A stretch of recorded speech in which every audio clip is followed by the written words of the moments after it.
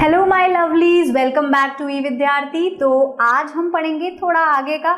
Last हमने क्या पढ़ा था? कार्बोहाइड्रेट्स और फैट्स के बारे में। अब हम पढ़ेंगे प्रोटीन के बारे में। प्रोटीन बहुत ज़रूरी होता है हमारे लिए। क्यों? क्योंकि ये हमारी डेवलपमेंट, जो कि आपको बहुत ज़रूरी है खाना। क्यों? क्योंकि आप ग्रोइंग एज में हो, यानी आप बढ़ रहे हो। अभी आपकी हाइट बढ़ेगी, ब्रेन बढ़ेगा, बॉडी बढ़ेगी, बहुत सारे चेंजेस आएंगे। उसके लिए क्या ज़रूरी है? उसके लिए प्रोटीन खाना बहुत ज़रूरी है। अब मैं इतनी बड़ी हो गई, लेकिन मुझे भी प्रोटीन खाना बहुत ज़रूरी है। क्यों? क्योंकि भाई आगे ये मैं पढ़ाऊंगी कैसे जब मेरा ब्रेन ही नहीं चलेगा? तो मेरे माइंड को शार्प बनाने के लिए भी मुझे प्रोटीन को खाना बहुत ज़रूरी है। तो हर किसी के लिए प्रोटीन बहुत ज़रूरी होता है, हर एज में। तो ये भी स्किप करने का नहीं। ठीक है, तो यहाँ क्या लिखा है देखिए, proteins are also an important part of our food. So ये हमारे फूड का बहुत इंपॉर्टेंट हिस्सा होता है। मिल्क प्रोडक्ट्स जो होते हैं उनमें काफ़ी सारा प्रोटीन, भरपूर प्रोटीन मिलता है, कैल्शियम भी मिलता है। ठीक है, मैंने पहले ही बताया था दूध पीना है रोज़ 1 गिलास। ठीक है, तो पल्सेस, दालें खाना भी बहुत ज़रूरी है। इन सब चीज़ों में अच्छा खासा प्रोटीन आपको रोज़ मिल जाता है। People get proteins from plant as well as animals.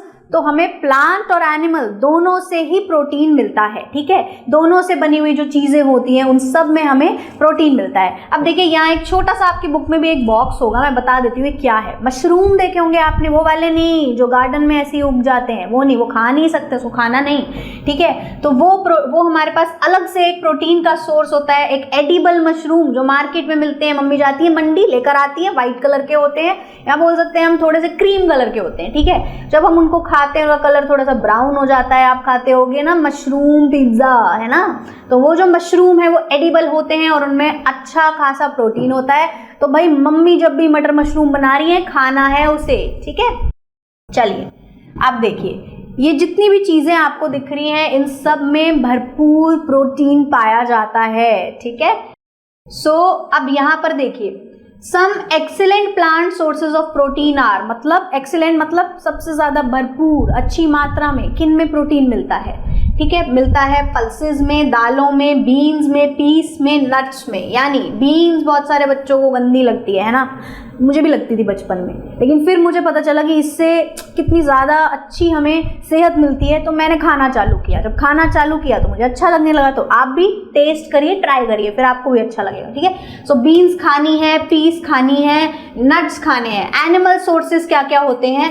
Milk होता है, पनीर होता है, एग, फिश, मीट, प्रोटीन, मतलब ये सब प्रोटीन रिच फूड होते हैं। और प्रोटीन रिच फूड जो होते हैं वो हमारी ग्रोथ में हेल्प करते हैं, रिपेयर में हेल्प करते हैं। हमारी बॉडी की रिपेयर मतलब क्या? चोट लग जाती है, उसके बाद क्या होता है, वो धीरे धीरे ठीक होने लगती है खुद से। कैसे ठीक होते हैं? प्रोटीन की वजह से। प्रोटीन नहीं खाएंगे तो जल्दी ठीक नहीं होगी, फिर रोज दर्द होएगा, रोज दुखेगा, फिर रोज मम्मा को तंग करोगे, रोज स्कूल की छुट्टियां मारोगे, फिर पढ़ाई मिस हो जाएगी, है ना? देखो, अब ये जो प्रोटीन होता है ये क्या होता है? ये होता है बॉडी बिल्डिंग फूड्स। जब आप बड़े हो जाओगे, जब जिम विम जाओगे या नहीं भी जाओगे, चलो, तो मसल्स चाहिए ना अगर अच्छी, तो प्रोटीन खाना पड़ता है उसके लिए। कुछ पाने के लिए कुछ खोना पड़ता है। तो मसल्स बनानी है, बॉडी अच्छी चाहिए, अच्छा दिखना है, तो प्रोटीन खाओ। ठीक है, चलो आगे देखते हैं। तो देखिए, अब ये क्या है? ये आपकी बुक में आपको एक छोटा सा बॉक्स दिख रहा होगा। ये कुछ केसेस हैं, केस 1, 2, 3, है ना? इसमें कुछ स्टोरी है, कुछ बता रहे हैं ये हमें। किस लिए? ताकि हमें इससे कुछ पता चले ये क्या केसेस हैं। देखो, अब क्या होता है, जो सेलर्स होते हैं, सेलर्स कौन होते हैं? जो नाव वगैरह चलाते हैं, जो दूर दूर जाते हैं। कहाँ से? सी के रास्ते से जाते हैं जो। ठीक है, तो पहले के ज़माने में, पुराने ज़माने में 70s के टाइम पर क्या था, तो ये लंबे लंबे रूट्स पे जाते थे। उस समय क्या हुआ, इनके अंदर एक चीज़ देखी गई, एक दिक्कत देखी गई। इनके जो दांत होते थे ना, उस समय क्या होता था, ब्लीडिंग होने लग जाती थी। गम्स जो होते थे वो सूज जाते थे, स्वेलिंग होने लग जाती थी। क्यों हो रहा था ये? अब किसी को समझ ही नहीं आ रहा है कि ये क्यों हो रहा है, क्या करें, या ये ठीक कैसे होगा, नहीं समझ आ रहा था। फिर क्या देखा गया कि जो भी लोग, किसने देखा? एक फिजिशियन ने देखा। ठीक है, फिजिशियन कौन? डॉक्टर होते हैं। तो उन्होंने देखा कि जो भी सेलर्स अपनी रोज की डाइट में लेमन या सिट्रस फ्रूट्स खा रहे हैं, ऑरेंज खा रहे हैं, उनको इस समस्या का सामना नहीं करना पड़ रहा है या कम करना पड़ रहा है।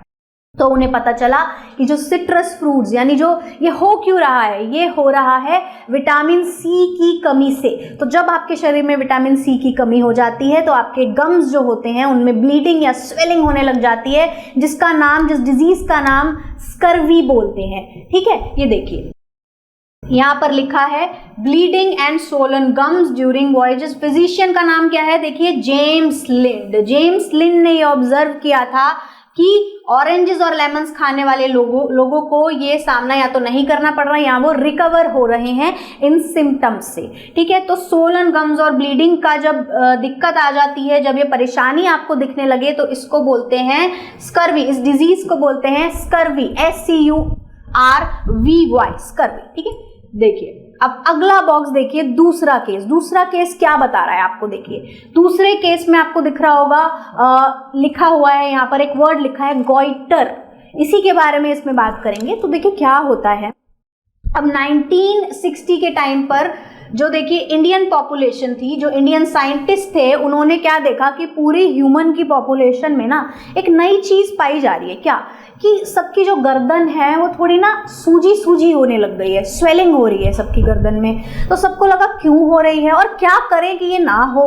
तो पाया गया कि आयोडीन की कमी से ये जो गर्दन है ये सूज रही है, तो आयोडीन बढ़ाने की ज़रूरत है। तो जो गवर्नमेंट थी उसने क्या किया, उन्होंने सोचा कि रोज़ की ज़िंदगी में आयोडीन लेना बहुत ज़रूरी है और ऐसा क्या करें हम जिससे रोज़ सब लोग आयोडीन खा पाए। तो जो कॉमन सॉल्ट, जो नमक आता है, उसके अंदर आयोडीन का सॉल्ट एक मात्रा में मिलाया गया और हर घर में वो सब लोग खरीदने लगे और सब खाने लगे। तो देखा गया कि आयोडीन की मात्रा अच्छी लेने से ये जो सोलन नेक की दिक्कत है ये कम पाई गई। ठीक है, यही लिखा है पूरा इसमें। देखिए हिमालयन रीजन और नॉर्दर्न प्लेन में ये देखा गया था, स्वेलिंग हो रही थी फ्रंट ऑफ द नेक में, और गवर्नमेंट ने क्या किया, गवर्नमेंट ने कॉमन सॉल्ट में आयोडीन डाल के उसे आयोडाइज सॉल्ट बना दिया। टाटा नमक आता है ना ऐड, वो भी क्या है अब आयोडाइज सॉल्ट है।